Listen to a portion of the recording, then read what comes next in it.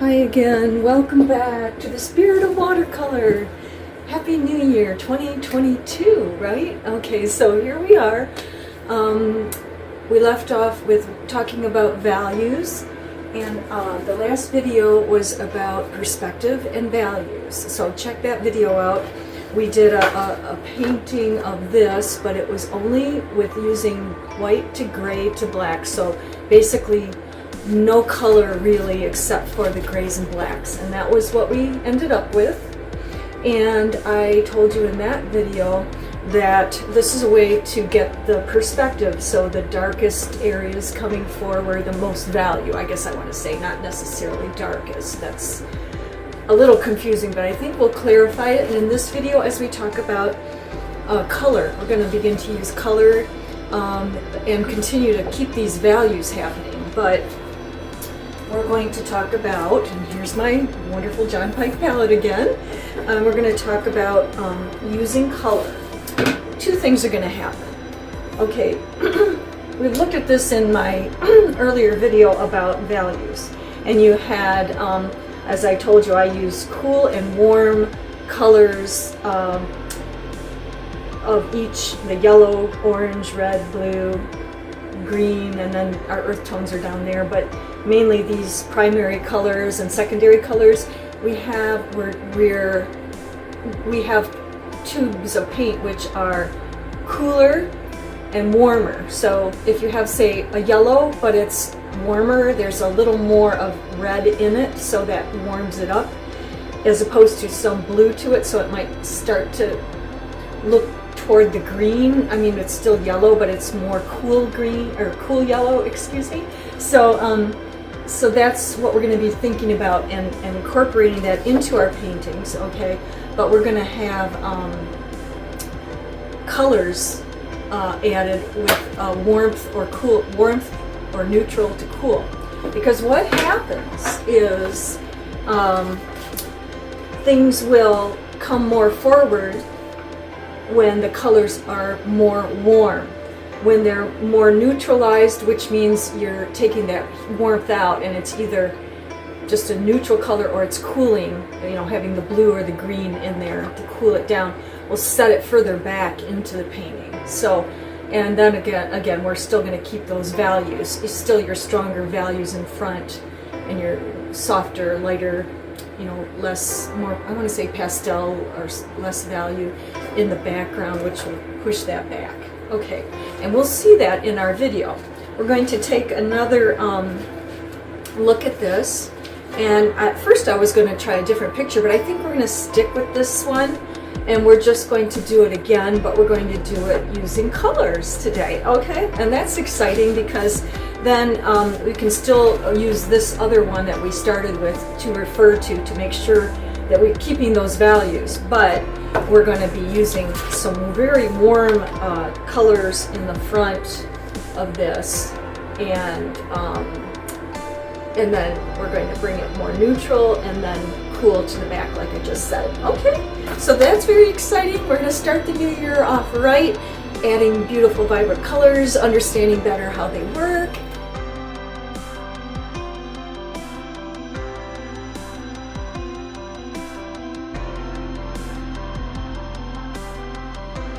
So here is our palette and our painting that we're using, of course, the same photo, which is this one. And we used it for the perspective video and with values. And now we're going to do more perspective, but with the colors and the temperature of the colors. So when I have my board, I don't want it just flat. I like the board because, again, I can use watercolor by lifting it and making gravity work to make painting flow if I wish, okay? I'm just going to take this roll of tape, because it's about 2 inches or something, and put that underneath so I have some gravity holding this painting up, okay?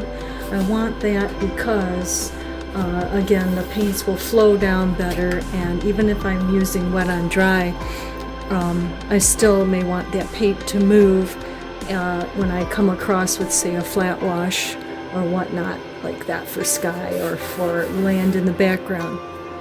When we start with our painting, we want to go from the lightest values to the darkest. So anything that's going to be, say, white or very, very light, I want to start with that. The background should be the softest because that'll make it go back further, right? So what I'm going to do is I'm going to start with some soft values, this time in color. Last time, let me grab that real quick. I went with the values here, and they were just the lightest values to the darkest, which pop things forward. The tree is forward. Some of the foreground is more forward with darker values, or stronger values. With color, it's a little different thinking, okay? I'm going to be using stronger values sometimes, maybe a stronger yellow, and to bring that forward, or golds and oranges. And the temperature, I want it to be much more hot too. And as we were talking in the color wheel part of this video, you can use much more warmer tones in front, and that'll also pop things more forward. So okay, so let's just see. I'm going to just wet again like I did in my other painting, and I'm going to bring this a little closer because I don't want to be in the video if I can help it, which is always a little tricky. And then we're going to just come in here, and we're going to bring in, just with wet paint, I'm going to bring in that back land, and I'm going to do it very softly, and then that's going to soak into the paper just a little. And then I'm going to bring in some of these soft tones, which are sort of, I want to say, golds and browns and such in the background. And you know, I love colors like the siennas, the earth tones, and they're really in this, aren't they? So we have our palette here, which I may hold, it may help me. And I've got a big pointed round here. And I'm just going to pull in, I've got some of these soft colors. They're muted. The value is lighter. We're still using values, so if I put more water in, I get a lighter values, right? And then I've got some of these lovely browns. It's kind of like a sienna. This one is very similar. It's more of a, might be a sienna, actually. And then I'll just kind of have different values of that, so darker and lighter. And then, you know, we're just going to bring in nice washes of color here into this wetted area. Has to be lighter because up in the front it's going to get a lot more value.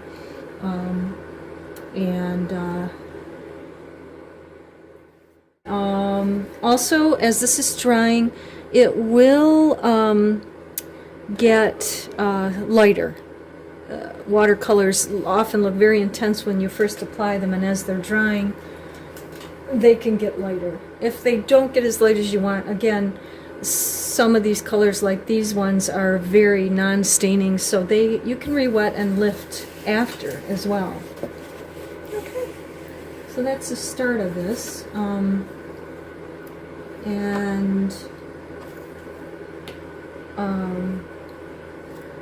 I've got kind of a soft yellow background, but I may bring in other colors, but you know, I'm going to start just getting a soft value wash in the background here. The sky is not something that I'm doing yet because I may use a nice stronger blue, or this is pretty strong blue too, but I may even go stronger than that, and it would make that a stronger value than this. So this is why, like I say, I'm trying to do the lightest values of the painting first. And of course white is under there, and when you do whites, we generally keep the white of the paper, and if you can, there's other ways to bring white in, and you can use masking fluid, which might have been a good idea. In this one it's an option, you know, just to kind of keep the white of this water there, which something was an afterthought for me. Sometimes I think of it and use it before. Anyway, so we're getting this in here. I kind of want that paint to head down a little more if it's still wet, down toward the water. Let the gravity go, and you can push it around a little bit while it's wet, like I said, and try to even that up and texture it up a little as it's drying, right?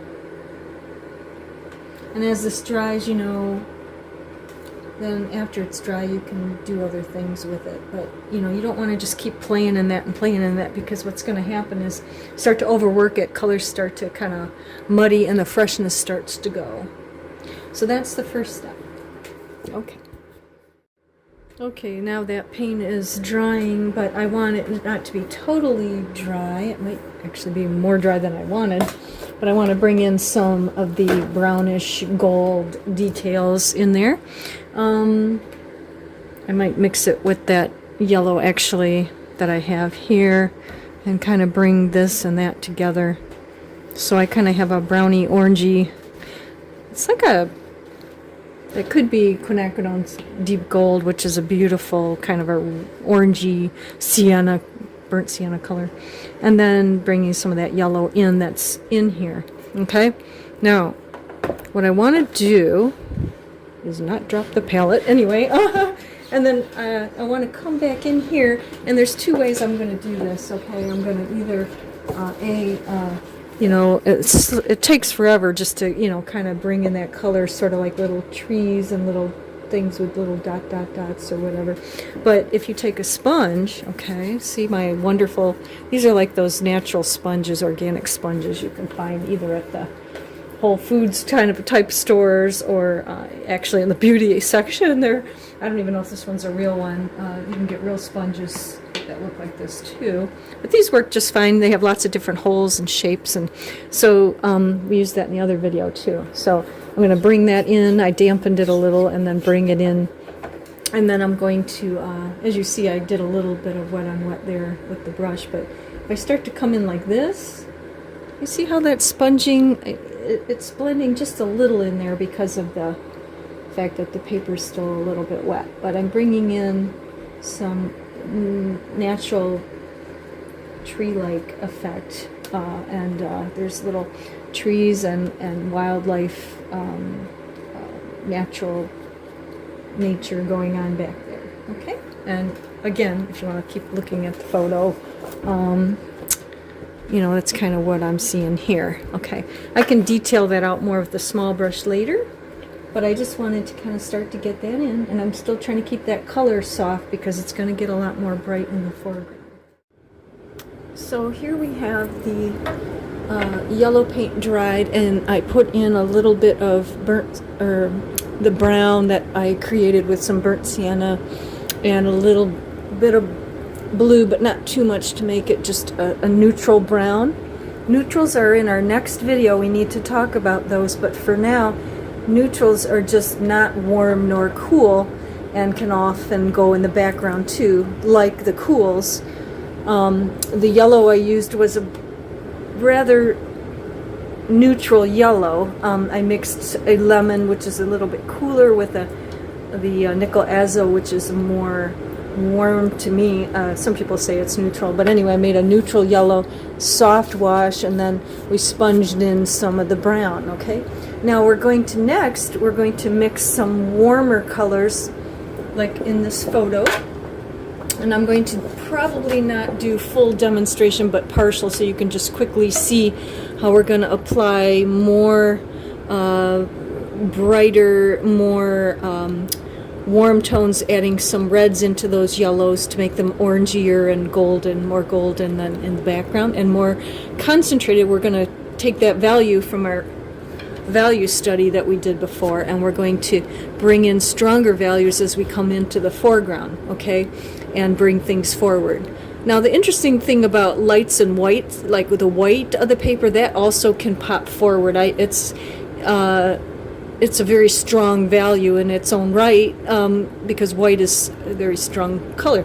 So that also, as you see in here, is there, and we can leave some of that in the foreground as well.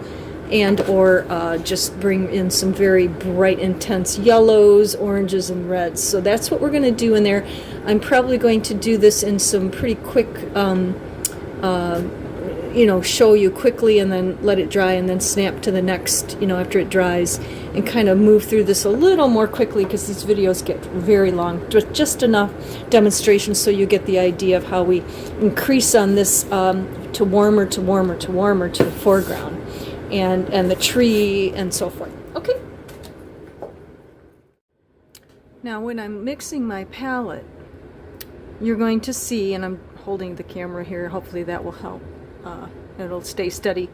I'm taking my, like I call it, my neutral yellow nickel azo, and I'm putting a lot of that on the palette, okay? Then I'm going to draw in my warmer, like oranges and reds here. Because that will create some very beautiful, and this will be the palette I'm going to use. Okay, I'm going to bring in Pyrrole Orange and bring that into these yellows and see what we get, okay? You can put a lot on or a little, if you're not sure how much, just put as much as you think, it's, at least I always seem to be okay with, the colors, are going to be pretty easy to remix, here, because I've got basically my same. Once you get used to the colors that you have, this is like a Pyrrole Scarlet up there. That might actually be Perylene Orange. It just has a red to it. So I can bring in even that over here and mix it in. Another beautiful, intense color, which I have. Okay, so now I'm making these warm, orangey yellows, okay, this one's a little yellower like that, this one's a little more getting redder orange, and those will be beautiful leaves on this, right, where I or land where it's bright and vibrant. It's going to be more vibrant maybe than my photograph. I can always again use some of these neutrals, the browns and so forth. I'll probably mix some of those back over here on the palette too. Okay, so we're getting that. Now I also wanted to say that I have this beautiful, right here is a little bit of it, and I'll get some more on the palette. Gorgeous Hansa Yellow Deep. What a gorgeous, already out of the tube, beautiful, rich, vibrant yellow. Much stronger than my lemon and my nickel azo, which is very transparent. This one's not that transparent, so it's very, very strong. Whoops, very gorgeous. We're going to use those. I'm going to bring in a little bit of here, let's mix a little more brown. Sometimes these excuse me, I'm a little too far away. The sienna and so forth is beautiful, but it's kind of orangey, right? And as you may recall in another video, I mixed a black, but I don't want black here. I just want to take a little bit of my blue. I tend to use indanthrone, which is not what a lot of people use. They use ultramarine. You could do that, it'd be fine. But I just want to get that brown to be a browny neutral, not so orangey. It's going toward warm when I'm doing that. So let's get that color. I'm sorry if I'm too far away or too close. And get a nice brown so that I can also use that, okay? So we've got some things going. This is just the way I mix my palette. I don't know, everybody does it different. I'm not super exacting because I can always tweak and change things. You can glaze. We've talked about glazing. Go back to the glazing video. You can, if you want to say, ooh, I put this color on and I've got it all over my paper and it's beautiful, but I want to warm it up or add a little more color, you can glaze back over these colors, okay? And we'll get into that in the glazing video, or you can go back to that video. It's very helpful. Okay, here we are, and we're going to start to paint. Okay, so we have mixed our palette, and I've added some Hansa Yellow Deep so that I have more of that. So when I get closer to the front, the more intense, more warm yellows. And as I've showed you, I mixed some oranges and some red, like an orangey red, into the yellow to kind of get some more warm tones to work with this painting, okay? It's going to be more intense than this painting because that's what I want. I want to take a painting. This was sort of a November, leaves are falling off and things are getting a little, I want to say gold and brown, and there's not a lot there, but I can take that and I can kind of magnify those colors to be more intense and more beautiful. So let's start with that. I've wet my palette. I always spray my palette a little with the palette gun or the water bottle spray, just to re-wet things if I've been away, and I let things dry sometimes, and then sometimes it runs into days to do a painting, doesn't it? So then we take our big flat brush, or brushes. Okay, I have that one, and I'm wetting, and I'm also got this one. It's a little bit of a softer wet, so I can get a lot more water on the paper. I do work a lot wet on wet, and that's what I think I love the most about watercolors. Okay, so I'm going to try again not to get into the painting too much. I do that because I have to get pretty close, but we're going to just come on in. My tree is a silhouette. It's not got a lot of colors beside, you know, a strong brown, you know, shadow, and I'm kind of like that, and I'm maintaining that. And then I'm going under that line of water. There's some water there, and then we're going to just wet. You can maybe see the gloss of the paper where I'm wetting it. I'm going to be stronger value than up here, okay, where I was, and we're going to come down, and as we get closer we can bring in more value. I'm going to go back and forth with my brushes, you know, flat washing and sponge. Okay, this one I use for wetting. This is my cotton one. It's not very good for painting, but it's good for spreading water. You can get a mop brush, those are good too. And then I have this flat brush that I actually use to apply the paints. Okay, now I'm going to get a little more into the yellows here, stronger yellows, orangey yellows. Okay, I might pull a little more of this nickel azo in there. I kind of feel like my oranges were starting to get a little stronger than I wanted. And I can do a stronger wash in here of color. Okay, I'm going to save that wonderful deep Hansa for later. And I'm going to come in here with my flat wash, okay? And this is a little warmer too. Of course, that got pretty neutralized in the back, didn't it? Because I was using the sort of sienna color that I muted down a little. Let's see, I'm going to just get right up to that line there, where the water is. I'm trying to get it kind of straight. It's a flowing like pond there. Yeah. Okay.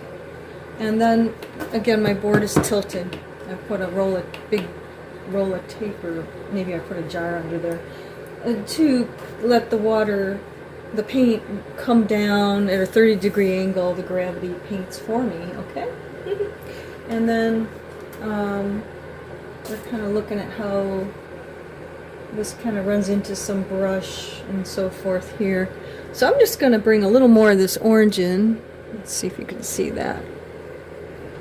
And that's going to, as I come closer, I'm going to bring in a little bit more color into here.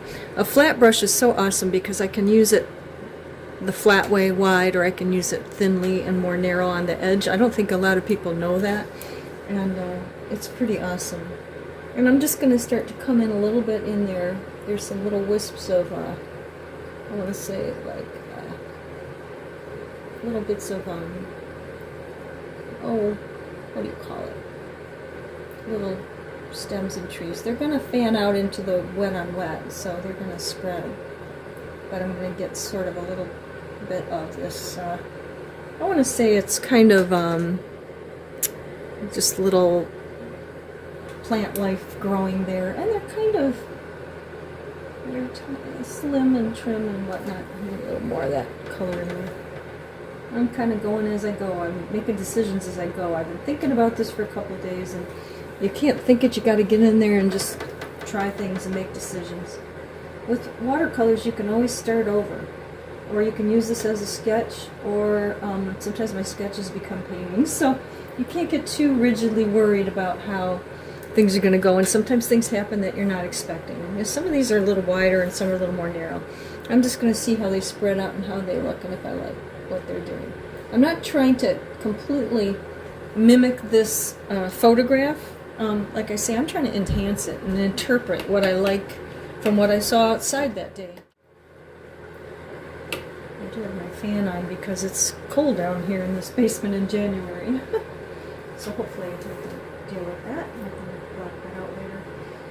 Now, let's see. These have kind of done some interesting things. I like what it's doing. And hopefully this is bolder. It's a little more, I want to say warmer tones. That's neutral, that's warmer. It should be coming forward. We'll see that more as we paint, as we come forward. I actually found a beautiful color that I'd forgotten I have, which is this burnt, it's quinacridone burnt orange, and it's like burnt sienna, okay, but it's transparent and it's much more intense. Okay, it's beautiful. So you can take that and you can mute that down if you want to, and with your blue, and use it to make blacks or make darks as well, or just a brown. It's very similar, but to me it's just, I like to choose colors from Daniel Smith that are just more gorgeous, really, than the ones that you just buy, you know, the general paints that everybody likes, like the earth tones, burnt sienna, raw sienna. They're beautiful. I have them, but they're not as transparent, and I tend to prefer transparent paints or super sedimentary, so that I really make a statement, you know. Some of these semi-transparent ones that you typically, traditional paints that you buy, they can be kind of semi-transparent, so to me they aren't as luminous and don't reflect back as intense and gorgeous. And so I tend to go with some of these, I don't know if they're newer paints. I know the quinacridones have been around since a long time in oil paints. So I have wet on wet, and it sort of made some of those golds drip down in a beautiful way there, and I like it. But I'm trying to get all the way down to where I'm going to start to put these darks in, and I'm going to, wherever I put the water, right, that's where the paint's going to go, and then it's going to stop, okay, where the water stops. Okay. I'm going to go back to my flat brush. I was going to use this pointed round. It might be okay. Because there's still these little, like, little plant life growing. Let me get that in there. That is getting into these deep browns. Again, mine are going to be much more intense. And I'm going to look again at my one with the values. You see how much stronger the values come up in the bottom there, and it really pushes that forward. Okay. And whites pop things forward too, like I mentioned before, and so sometimes I like to keep those, and I want to try to remember that. Okay, I'm going to start to bring in with this some of these, I hope it didn't dry out yet, the quinacridones. And as the paint dries, you can get more and more defined. You know, if you notice this is very wet, it's going to really fan out, but as it dries, okay, it's going to become more, what's the word? You know, I can make a line that makes a line. So, but I'm going to start with them being quite loose. I'm just kind of trying to cover the space with color. That's a very warm, we're getting warmer and warmer and more value, and that pushes things forward. So we're using the value from before and the color, and we're bringing all of this in, okay? And then we'll kind of bring this down sort of to the bottom of the water. It's kind of following a line I drew with a pencil there. Yeah, that's pretty gorgeous. Now I'm going to watch this for a minute. Always keep your paper towel handy, because you might want to lift something out, which is not a mistake. It's just here, you know, I got a little heavy-handed, which I can either take a brush without paint and do some lifting or moving, softening, bringing these out as they dry. The paint is drying, and I'm working with it. Okay. Yeah. No, it has to dry a little for me. Because some of the things that you put in there, they may or may not stay when it's wet. They may not spread. But I love wet on wet. I love letting the paints do their work for me. And they do things I feel like are more beautiful than anything I could do with just a brush and total control. That's just the kind of thing I like, and I think a lot of people take watercolor because they like that Some people are highly challenged by it. Some of us are looser painters, some are more detailed. I'm not one of those. Okay, so we're going to let that set up and dry, and then we'll move to the next part. Okay.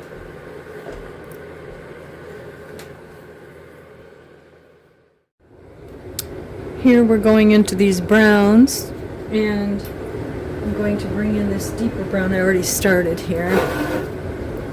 Hope you can see that. Okay. Bringing in the deepest, darkest brown forward here. It's kind of bleeding into this, I've kind of mixed this, I think that's the sienna mixing with the burnt orange.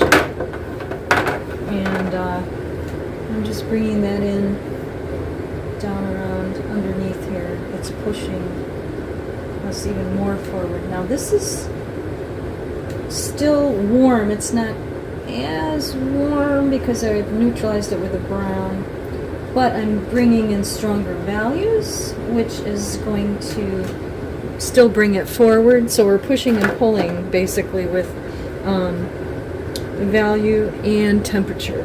Okay. Still my background's pretty muted. I think I might even go back into the background and lighten it up even a little more, which I can do.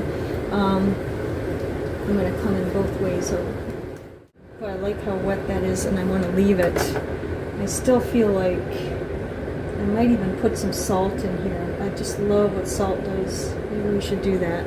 Just add just a little more color over here. Oh, not that much. And a little bit of stuff going on in there. I'm going to take that out because that did. Now here's the thing. You get some color on the paper and it's wet and you don't like it. I always like to do this while we're learning together, or you're learning with me. I've got my paper towel. I really don't want all this here. I'm going to bring it out with a wet sponge. Okay. Lift it out. And a paper towel. You have to do these things when it's wet. You know, and a little bit of that can be there. It doesn't matter. I'm going to be painting over that a little bit. But I want to get the major amount of that out. Now I'm going to take my salt. Where is it? I have two kinds of salt. I have the rock salt, which is very big, and I have regular salt. I think I'm going to go for regular again. Now here's another thing. We did a salt video, so you want to go to that. I'm going to put some salt in my hand so I can control it a little bit. And I want to get some whites back in, which the salt will do here. And it's like the opposite of sedimentary paints, which leaves grains or granule texture. And that's going to add some whites into my... Now the wetter this paint is, the more that's going to happen. Now we've got the salt off here. And I did put a light sponging of value here, but I'm going to bring in stronger value.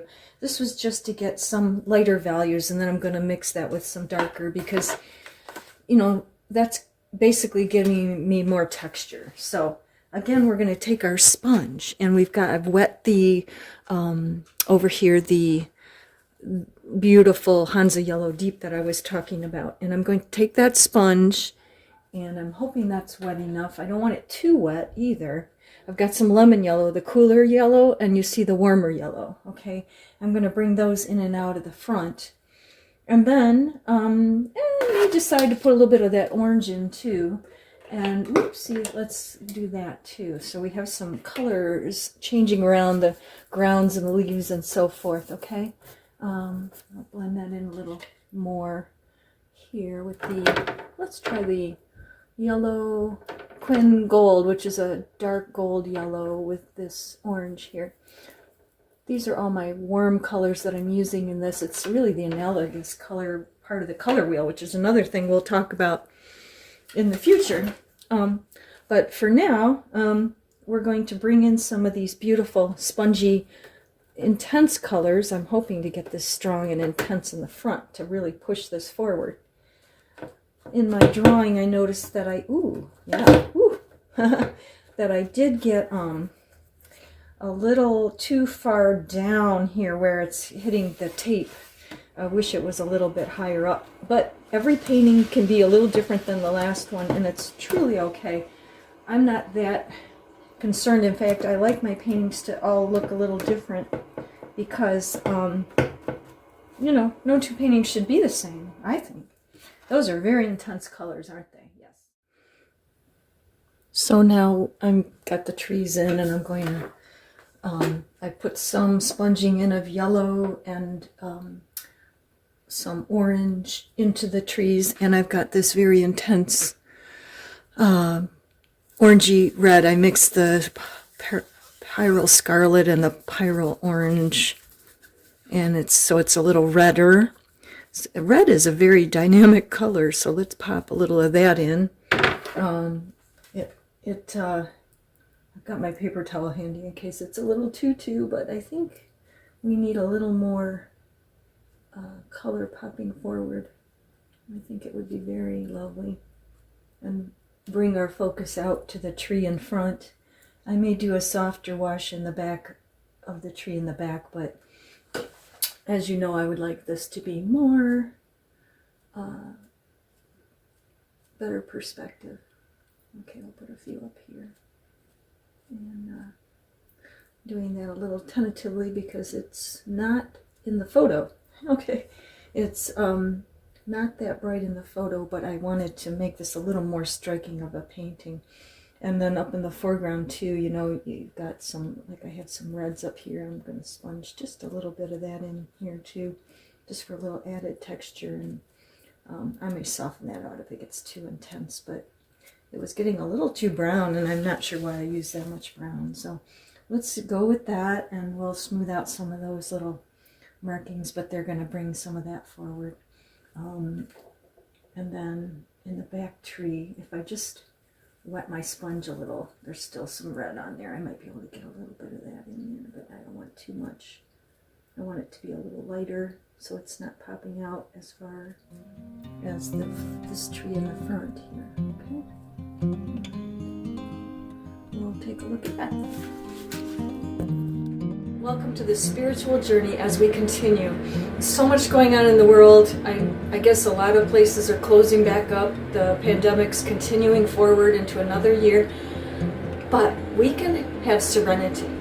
We can have a life that's enriched with beauty, nature, color, and we're all communicating through YouTube and other modern media to keep ourselves connected, right? That to me is another way that's very, I want to say spiritual again, because you know, we can really get isolated if we let ourselves, but there's so many ways in the world today to stay together and to stay with each other and to experience life together. So here we are back with watercolor being an amazing journey, an amazing way to be connected to our world.